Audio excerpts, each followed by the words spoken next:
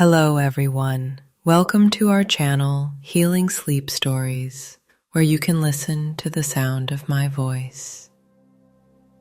And tonight we are floating far beyond your usual bedtime scrolling into a dream space where your subconscious can finally exhale. You probably won't survive this, if surviving means clinging to to-do lists or replaying that awkward meeting. So, before you get comfortable, take a moment to like the video and subscribe, but only if you truly enjoy what I do here. Tell me your city and local time in the comments. Now, dim the lights, maybe turn on a fan, and let's begin. You start by melting into your mattress like soft candle wax, the weight of your body dissolving as each breath slows down, and deeper down still. Your shoulders sink first, then your hips, then even the thoughts in your head begin to untangle and drift like warm bubbles into a clear night sky.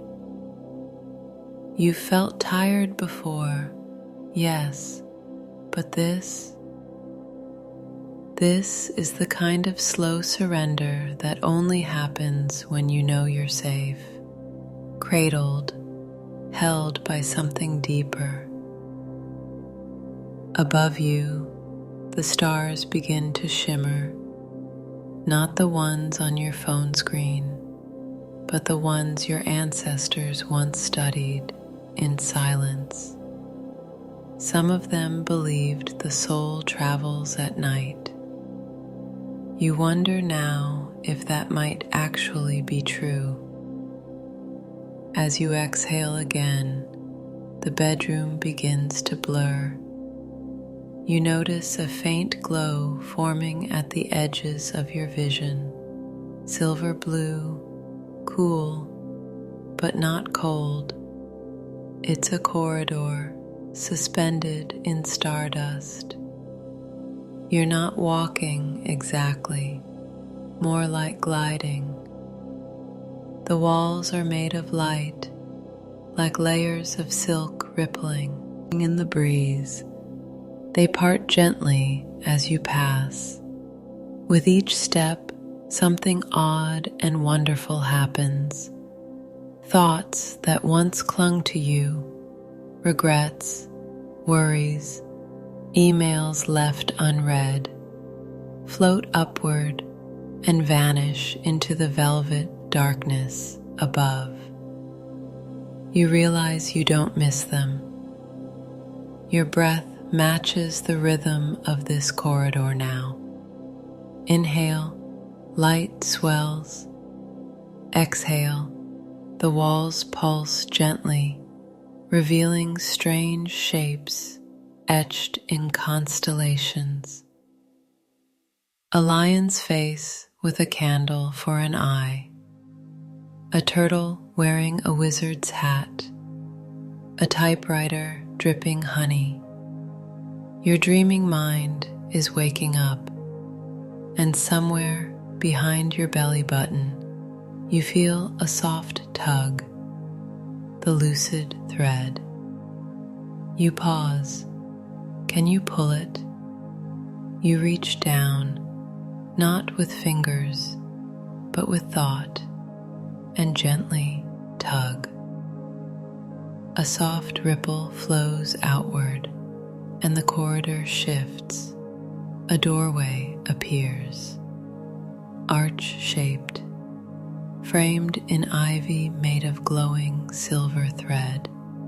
This is your lucid entry point. Here's something fun. During the Renaissance, philosopher and mystic Marsilio Ficino believed dreams were not just random mind soup, but contain messages from the divine. He'd recommend listening to music, bathing in lavender, and aligning your sleep with moon phases. Right now, you're channeling a little bit of that without the powdered wig. As you step through the archway, gravity fades. Your body is asleep, but you're dreaming, awake, present. The first sign is the way your skin tingles, not in discomfort, but as if it's remembering itself. The space beyond the arch is unlike anything from the waking world.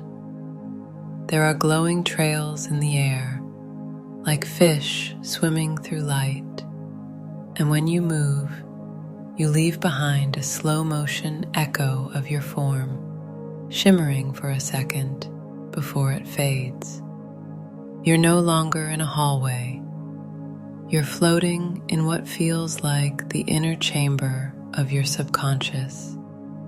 Everything here is symbolic. To your left, a staircase made of moss-covered books. To your right, a pond that reflects not the sky, but your own memories, floating by like jellyfish. A memory of your 5th birthday, a quiet hallway in high school, your first heartbreak, softened around the edges now, like a seashell worn smooth by waves. A quiet voice whispers, "You're not here to fix the past, just to witness it." You drift forward. Here's your first challenge. A locked door made entirely of smoke, no keyhole, just a quiet hum. Your dream self knows the answer. You place your palm to your chest, and a small symbol glows. Not a language you know, but you recognize its feeling. Release. And just like that, the door dissolves. You're learning the rules. Lucid dreaming is, after all, not about controlling the dream. It's about learning to flow with it.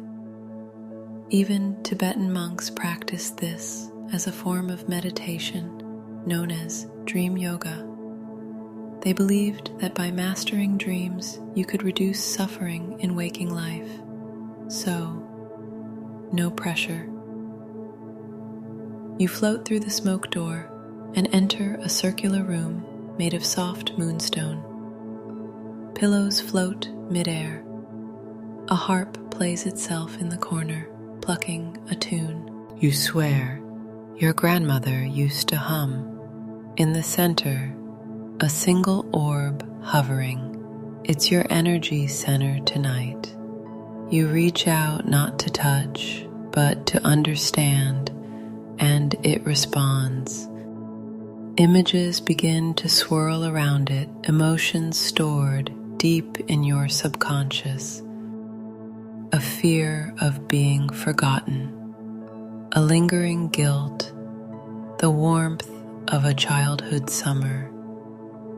Each one flits past like a hologram, seen, acknowledged, and then gently fading. You are not erasing them, just releasing their grip. There's a moment of stillness. A single feather floats down, lands on your open palm. This is your lucid token. Tonight, it will guide you. The walls of the chamber shimmer and begin to dissolve. You're still floating, but now it feels like sinking, softly, slowly, into something warmer, thicker, like honeyed light. You pass through scenes you don't fully understand. A sea of faces, a fox running across a frozen lake, a woman in a red cloak laughing silently, symbols, maybe, or memories waiting to be unlocked. You're learning to take rust, the dream. One last image holds you, a massive tree growing upside down from a glowing ceiling. Its roots sway above your head, dripping stars instead of sap. Historians still argue whether ancient Mesopotamians believed such cosmic trees connected Earth to the heavens, or if that was a later myth woven in. But either way, you feel its pull. You reach upward, a star drop falls onto your chest and melts in. Your breath slows again. The lucid world tilts gently. Time to follow the light downward into your healing garden. You don't walk, you dissolve into silver mist and drift. Your breath hums softly, keeping time with a rhythm older than your name. You are descending now, gently and without effort, into a quiet pocket of dream terrain. No sharp edges, no clocks, no emails hiding behind bushes ready to lunge. Just you, in a new kind of stillness. Beneath you, the ground begins to form. It's not dirt, not quite. More like silken soil stitched from moonlight. You arrive without a sound, feet bare, and the texture beneath your toes is cool and soft, like walking on powdered rose petals that hum a lullaby only your nervous system understands. The air smells of jasmine and memory. You've entered the healing garden beneath the moon. It's not fenced. There are no walls. It simply exists here in your mind's deep sanctuary, pulsing with calm. And floating overhead, taking up the entire sky, is a moon that should not exist in the waking world. It's massive, pearlescent, with glowing rivers etched across its surface like ancient script. Each flower you pass here is a symbol. Some you know, some you don't yet. Lavender for peace, marigolds for grief, a cluster of silver poppies. One blooms when you forgive yourself for something you did back in 2016. As you begin walking, gently, your feet make no sound. The path lights with each step, not from the ground, but from within you. The glowing residue you leave behind is your energy, signaling your dream self has chosen healing tonight. And healing requires attention. You stop in front of a vine-covered arbor. Hanging from it are tiny glass bells that tinkle as the breeze moves through. But the breeze isn't from wind, it's from your breath. You inhale and the bells sing. You exhale and they shimmer with dew. A perfect feedback loop between your intention and your surroundings. Far ahead, you spot a stone bench. Beside it sits a figure. You're not scared. This is a dream. You're lucid. You remember that. And the figure? It's not human. Not entirely. It wears a robe made of moss wings. Its hands look like branches, but its eyes, those are familiar. Yours. This is a dream guide, a part of you that you don't speak to often, but who has always been here. It beckons you to sit. You do. Without words, it places something in your lap, a mirror. But it reflects nothing behind you, only moments.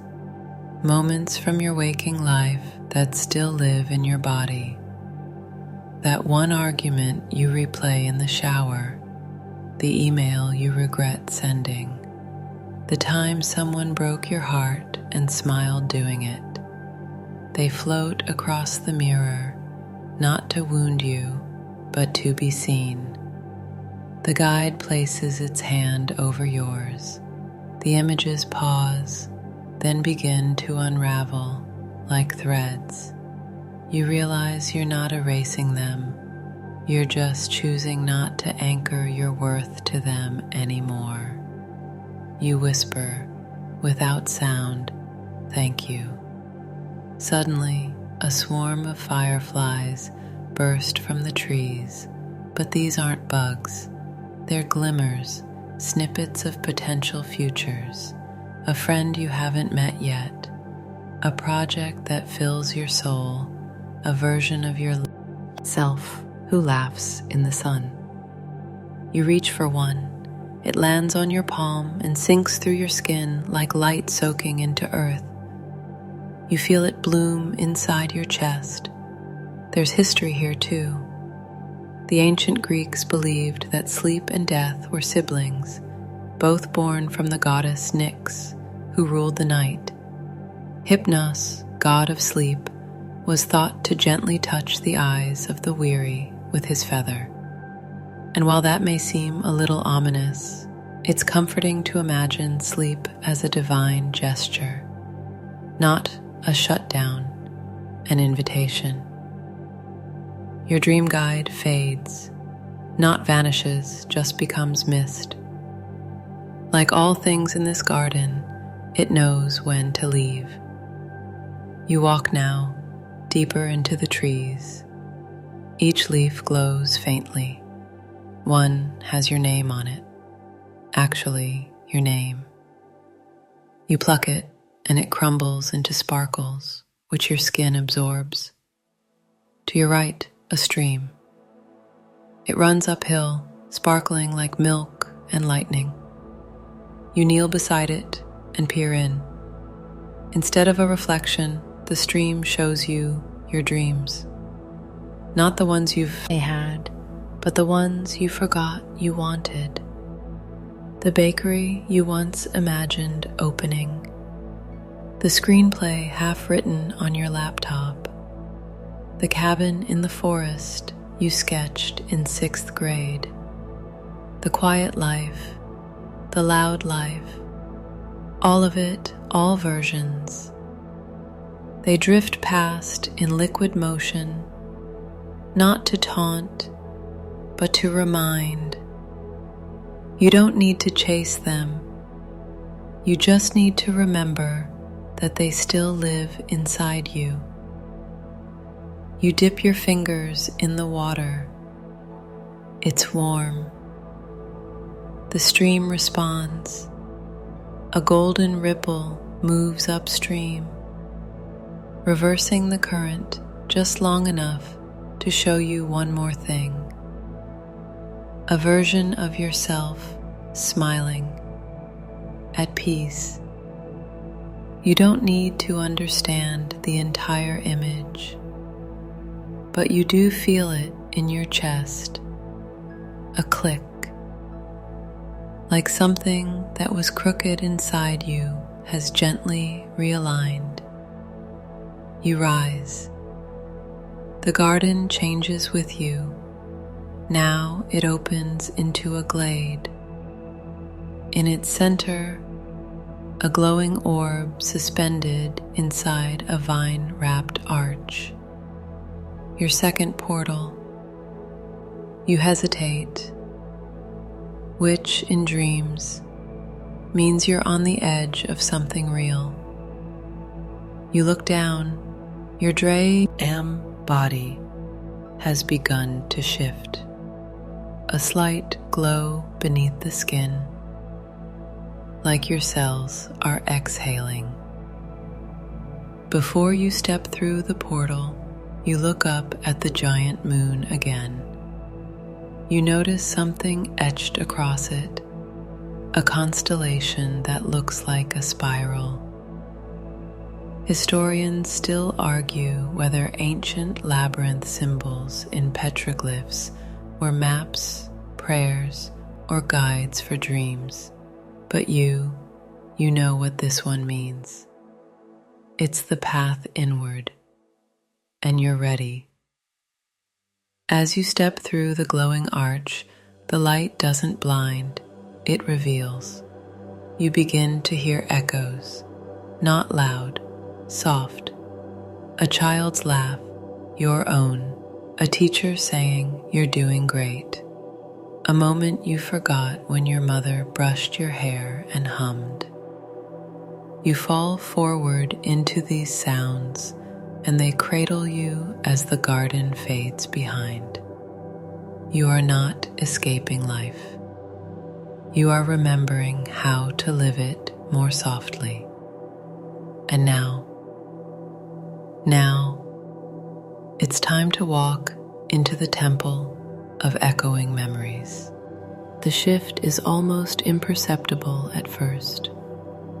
The soft garden breeze is gone, so is the moonlight, but you don't feel fear, only gravity in reverse, like your dream body is weightless but grounded at the same time. Suspended in a warmth deeper than sleep, older than thought. Your feet now touch stone, polished, worn smooth by countless dreamers before you. You've arrived at the temple of echoing memories. You glance up, though up no longer has meaning. Above you looms an enormous dome made entirely of memory light, gently swirling in slow motion spirals. The light moves like honey through water, casting soft amber halos on everything it touches. You take a breath. The temple responds with a gentle tone, as if it had been waiting for you to inhale. Columns stretch up on either side of you, carved not with symbols or deities, but with scenes from your own life, moments you've forgotten. That day you sat alone under the school staircase, the time you told a friend and a secret, and they just nodded, accepting it like a precious stone. A dog licking your cheek through a fence when you were 5. A red balloon you let go. Each one rendered in quiet marble. You're not here to relive them. You're here to understand. Your footsteps echo softly as you begin walking. With each step, the temple shifts. The stone underfoot pulses faintly, responding to your emotional temperature, like a mood ring made of moon rock. You pause at a shallow pool in the center of the room.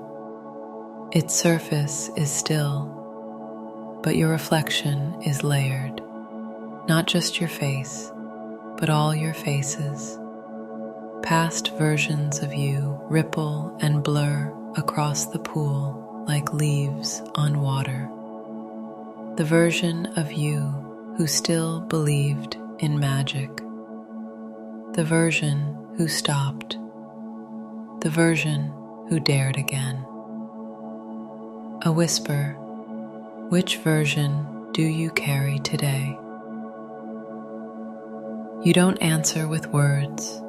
You simply kneel and let your fingertips kiss the surface of the water.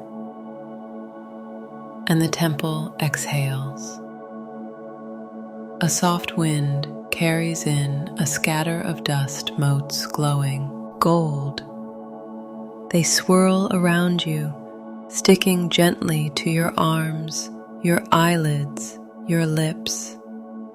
This is memory dust. It doesn't sting, it softens. Behind you, a voice. It sounds like your father, but not exactly, like a dream impression of comfort. It says, "You've carried enough. It's time to rewrite the weight." And before you can question what that means, a staircase appears in the floor. Opening like a breath between stone slabs, you descend. One step, another. Each step leads deeper into your own archive, not just remembered memories, but stored emotions. You reach the Hall of Echoes. It's not dramatic or loud, it's quiet. Blank stone walls, a long hallway. Along the corridor, hundreds of tiny doors, each glowing faintly. Some blue, some red, some green. These are memory capsules. Each holds a sound from your life. You choose one without thinking. It glows lavender. Inside, the sound of your own laughter from a time you forgot you were genuinely happy.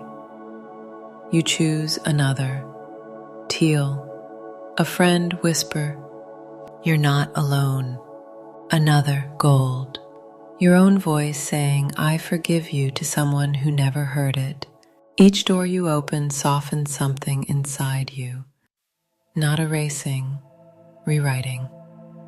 Your dream body begins to glow again, dimly, like a lantern warming up after dusk. Further down the corridor, the walls begin to flicker with stories. A gladiator stands in the corner, oddly modern looking, holding a latte and scrolling through a papyrus. Dream logic. You chuckle softly. Did you know, in ancient Rome, gladiators were sometimes treated like celebrities? Historians have found graffiti from fans declaring love for their favorite fighters. And while most imagine gladiators as roaring warriors, some were reportedly plant-based eaters. A team of archaeologists nicknamed one group the Bean and Barley Boys. You smile. Even warriors had rest days. You pass the gladiator, who raises his cup in salute, and you walk toward the center of the temple. It has changed. The center is no longer a hall. It's an enormous room made of woven memory threads.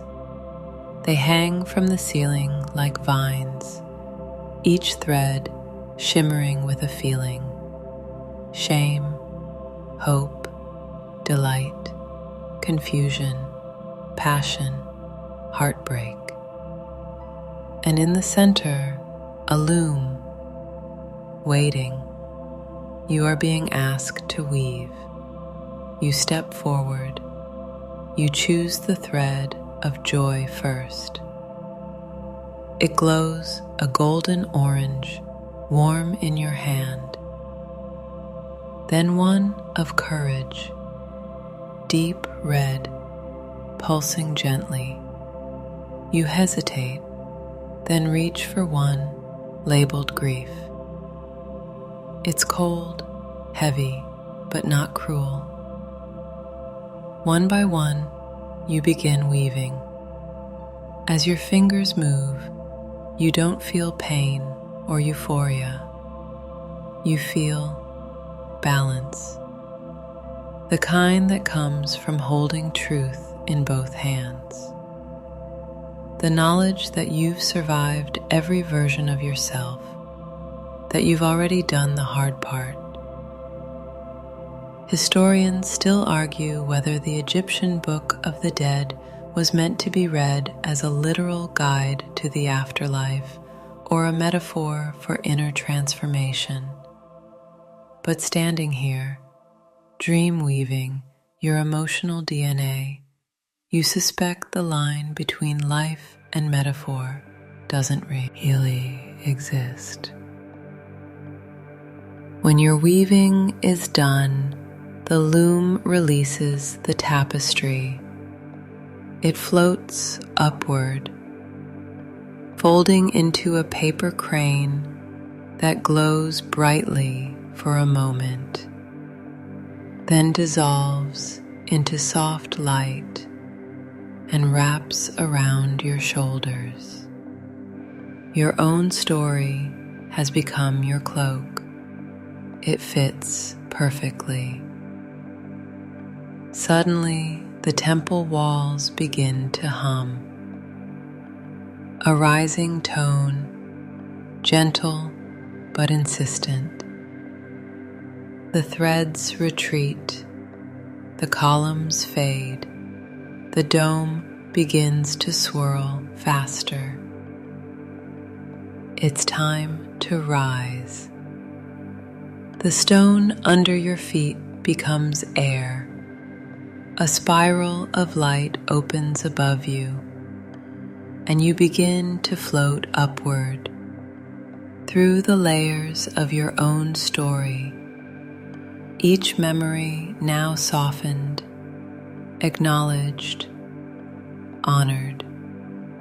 Your heart is lighter. Your mind is quiet. You're not escaping anything.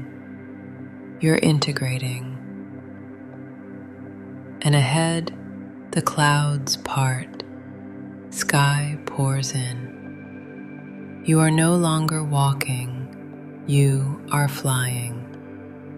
Welcome to the sky swimmer's flight. You're weightless now. Not metaphorically, not imaginatively. Actually, absolutely weightless. Your dream body drifts effortlessly into open sky, the temple's golden dome a fading memory below, and your mind gently unfolding like wings made of light. There's no effort to the movement, no friction, just breath and forward motion. You are flying. Not the frantic flapping kind, not the roller coaster drop of half-conscious dreams. No, this is lucid flight, smooth, sovereign, as if the entire sky has agreed to carry you.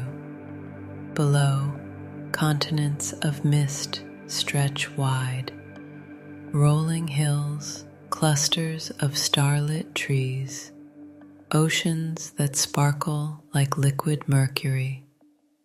You see glowing dream cities with impossible geometry, spirals that build themselves as you watch, towers growing out of nothing, doors that blink open like eyes and vanish. You pass over a cloud shaped unmistakably like a hot dog. Dream logic again. The sky laughs with you. High above, soft streams of aurora light swirl across a navy dream sky, and for a moment, you tilt your head back and just coast, letting that quiet wind hold you. And then you sense it, a presence, not threatening, not familiar, but aware. Hovering ahead of you, waiting in the sky, is a shape, humanoid but shifting, cloaked in the kind of radiance that makes your inner child want to trust it instantly. It is your sky guide. Every lucid traveler meets them in their own way. For some, it's a wise animal. For others, a future self. Tonight, yours wears a robe stitched from daydreams. The fabric glimmers with all the possibilities you never pursued. It's beautiful, bittersweet, like a love letter to everything that could still be. Without speaking, the guide gestures forward. A path unfolds in the sky, soft stepping stones of floating starlight. You follow. Each step brings an image into focus, hanging in the air like a hologram. The guide points slowly to each. You don't need to respond, you simply witness, because awareness is the first medicine. You land softly on a floating platform. It hums with a frequency you feel in your rib cage. Breathe here, the guide says. Their voice isn't vocal. It echoes through your bones. You do. The breath deepens, and suddenly, you're not on a platform anymore. You're inside a moving memory cloud, a cinematic reel. You see yourself in third person, brushing your teeth, running to catch a train, dancing alone in your kitchen. All those moments you thought were mundane now shimmer with light. You have lived beautifully, the guide says, even when you didn't notice. You want to cry. You don't. You breathe instead. And then they offer you something. A feather. It's different from the one in section 1. This one is dark indigo, etched with a thread of gold. It represents choice. Take it, the guide says. Use it when you're ready to shift. You press the feather against your chest. It vanishes. But the dream world doesn't vanish with it. If anything, it brightens. You're flying again. This time, your arms outstretched like sails. The wind curves to match your mood, faster when you remember joy, slower when you think of someone you miss. You fly over an ocean where jellyfish drift through the air like sky whales. One winks at you, you wink back. Dream rules. As you rise higher, the air turns thick with symbols. Each cloud holds something ancient. An Egyptian ankh, a Celtic spiral, a mandala forming and unforming like breath. Did you know, in indigenous Australian culture, the concept of the dream time is a foundational spiritual worldview where ancestral spirits created the land, the animals, the people, and it's still alive, still sacred. You're floating through a version of that now, your own dream time, your own sacred remaking. You pass through a ring of fireflies, except these aren't bugs or glimmers this time. They're intentions. Some hum with rest, others with release. One bold little light zips toward you, humming risk that leads to joy. You let it land on your forehead. Inside, your thoughts expand. The sky dissolves into soft shapes again, and your guide appears once more. They extend their hand, this time holding a golden mirror. Not to reflect, to reveal. You gaze in, and instead of seeing your face, you see patterns. Lines connecting relationships, choices, synchronicities you didn't even know were meaningful. The person you met at the bus stop, who later became your best friend. The delayed train that saved you from burnout. The moment you said no when everything in you screamed yes, and how that no rewrote your life path. You blink. Tears float upward into the air, shimmering like pearls. The guide nods. You're seeing it now, they whisper. The thread. Which thread? You ask, your voice a whisper of thought, the one that weaves you back to yourself. You hold that line of thought gently in your palms. The dream begins to dim again, not from loss, but from completion. The guide touches your forehead. A spark passes between you. You remember you can return here anytime, even while awake, even when stuck in traffic, even when someone forgets your birthday or your boss slams your inbox at 4:58 p.m. Lucid awareness doesn't have to be reserved for dreams. You're ready, the guide says. Ready for what? But they're already fading, not disappearing, becoming part of the sky. The stars rearrange one last time, forming a spiral. You know what that means. You exhale and begin to descend, not falling, spiraling toward the next part of yourself. The spiral of deep remembering is waiting. You drift downward now, not like a leaf or a feather, but like an idea settling into place. There's no rush. The spiral you descend through is wide, slow, dream-carved. Each coil glows softly beneath you, pulsing with memory and meaning. You're entering the spiral of deep remembering. As you glide along this path, you notice that the walls, if you can call them that, are made entirely of layered moments. Not just yours, collective ones. Memories that hum with emotional gravity. The laughter of a baby not yet born, the sigh of someone exhaling grief beside a hospital bed. A long-forgotten lullaby sung in a language that no longer exists. It's all here, and somehow you're able to sense what belongs to you and what simply flows through.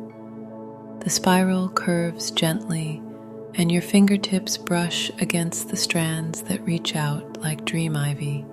Each one offers a remembering, not facts, not details, but feelings. You pause before one. It's small, a memory you didn't know was still alive. You, as a child, sitting quietly in the back of a classroom, drawing pictures instead of taking notes. You didn't feel rebellious, just peaceful, like your imagination was the only place you belonged. And it was, and it still is. You touch the thread, it glows, and so do you. The spiral deepens. And now you begin to see rooms, small alcoves tucked into the curve. Each one holds a different emotional frequency. Forgiveness, resilience, self-trust, even wonder. You peek into one, and suddenly you're in a soft, candle-lit space. Pillows on the floor, the scent of warm cinnamon. This is the room of self-compassion. A version of you sits there, older, quieter, not wiser in an intimidating way, just calm. They smile when they see you. No judgment, no critique, just an invitation. You sit beside them and you realize this you has never left. They've just been waiting for you to return. There's no conversation. You simply lean your head against their shoulder and feel you. Our pulse slow to match theirs. Your breath steady, your heart unguarded. You rise when you're ready. As you return to the spiral, the chamber shifts again. Now it becomes a river, still spiraling, but now made of flowing light. You step in. The water is lukewarm, viscous, like walking through memory itself. Floating along the surface are phrases, words spoken to you throughout your life, some painful, some sweet, some long forgotten. One floats toward you. You're too sensitive, you lift it up. Look at it. Let it dissolve. Another. You're a light in the room. That one you press to your chest. And another. You'll never make it. You flip it over. There's nothing on the back. You laugh a little and toss it gently into the stream. You begin to float again, on your back this time. The spiral narrows. Its turns more intimate now. Soon the spiral becomes a tunnel. You know this place. This is the place before pain. A memory too old for language. Just sensation. A warm place. Safe, returning to the womb of the universe. You float deeper into this dark comfort, and for a while, there is nothing but the sound of your own heartbeat, echoing gently. Boom, boom, like drums, like time. Did you know? In many indigenous cultures, the drumbeat is seen as the heartbeat of Mother Earth. Ceremonies use this rhythm to call people home to themselves, and that's what this is, a calling home. The spiral still turns, but now it opens into a vast chamber. This is the archive. It looks like a star field at first. Tiny, glowing motes suspended in the dark. But as you move closer, you realize each light is a moment from your life. Not necessarily the big ones, not the graduations, breakups, or new jobs. These are the tiny ones, the in-between breaths, the times you said, "I love you," with a sandwich or a glance. The days you chose to get up even when you didn't want to. The afternoons when you just sat with someone in silence. These are your soul's favorite memories. You move through them slowly, like swimming through constellations. And as you do, you begin to glow.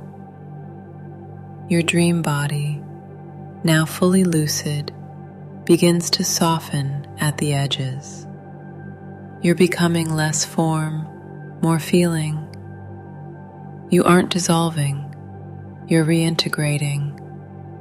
Your guide reappears just at the edge of the chamber, but they don't approach this time. They nod, and you understand. You're the guide now. The final coil of the spiral waits for you. You step into it like stepping into morning light, the kind that spills over mountaintops and kisses treetops and dances through your curtains when you forget to close them. One last memory floats to you. It's not dramatic, not even specific. It's the memory of a feeling. The first time you realized you were alive, truly, wildly, inexplicably alive. You hold it for a moment, and then you release it. The spiral lets go. You rise, not fly, not float. Rise. Through yourself, through your dream, through all the healing that has quietly wrapped around you like the sea wrapping around a pearl. You find yourself standing now, not flying, on soft earth, beneath a velvet sky. The journey has ended, but the change is just beginning.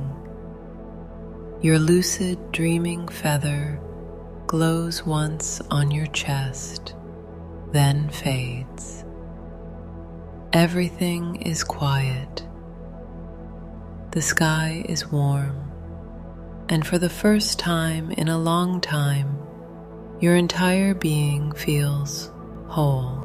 And now, as your journey closes, let everything begin to soften. Let the story blur at the edges. Let the images melt like dreams caught in sunlight. Your body, gently held by the mattress beneath you, sinks a little deeper.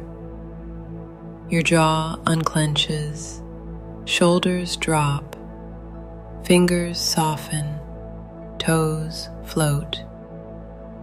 There's nothing left to do tonight, no choices to make, no memories to fix, no dreams to chase. Only breath, in and out, in and out. And as you breathe, you begin to glow inside, a gentle, steady warmth like a lantern left on for someone coming home. You've traveled far tonight, through starlit corridors, healing gardens, ancient temples, sky-soaked revelations, and spirals of remembering. And whether you recall each step tomorrow or not doesn't matter, because your subconscious remembers. Your body remembers.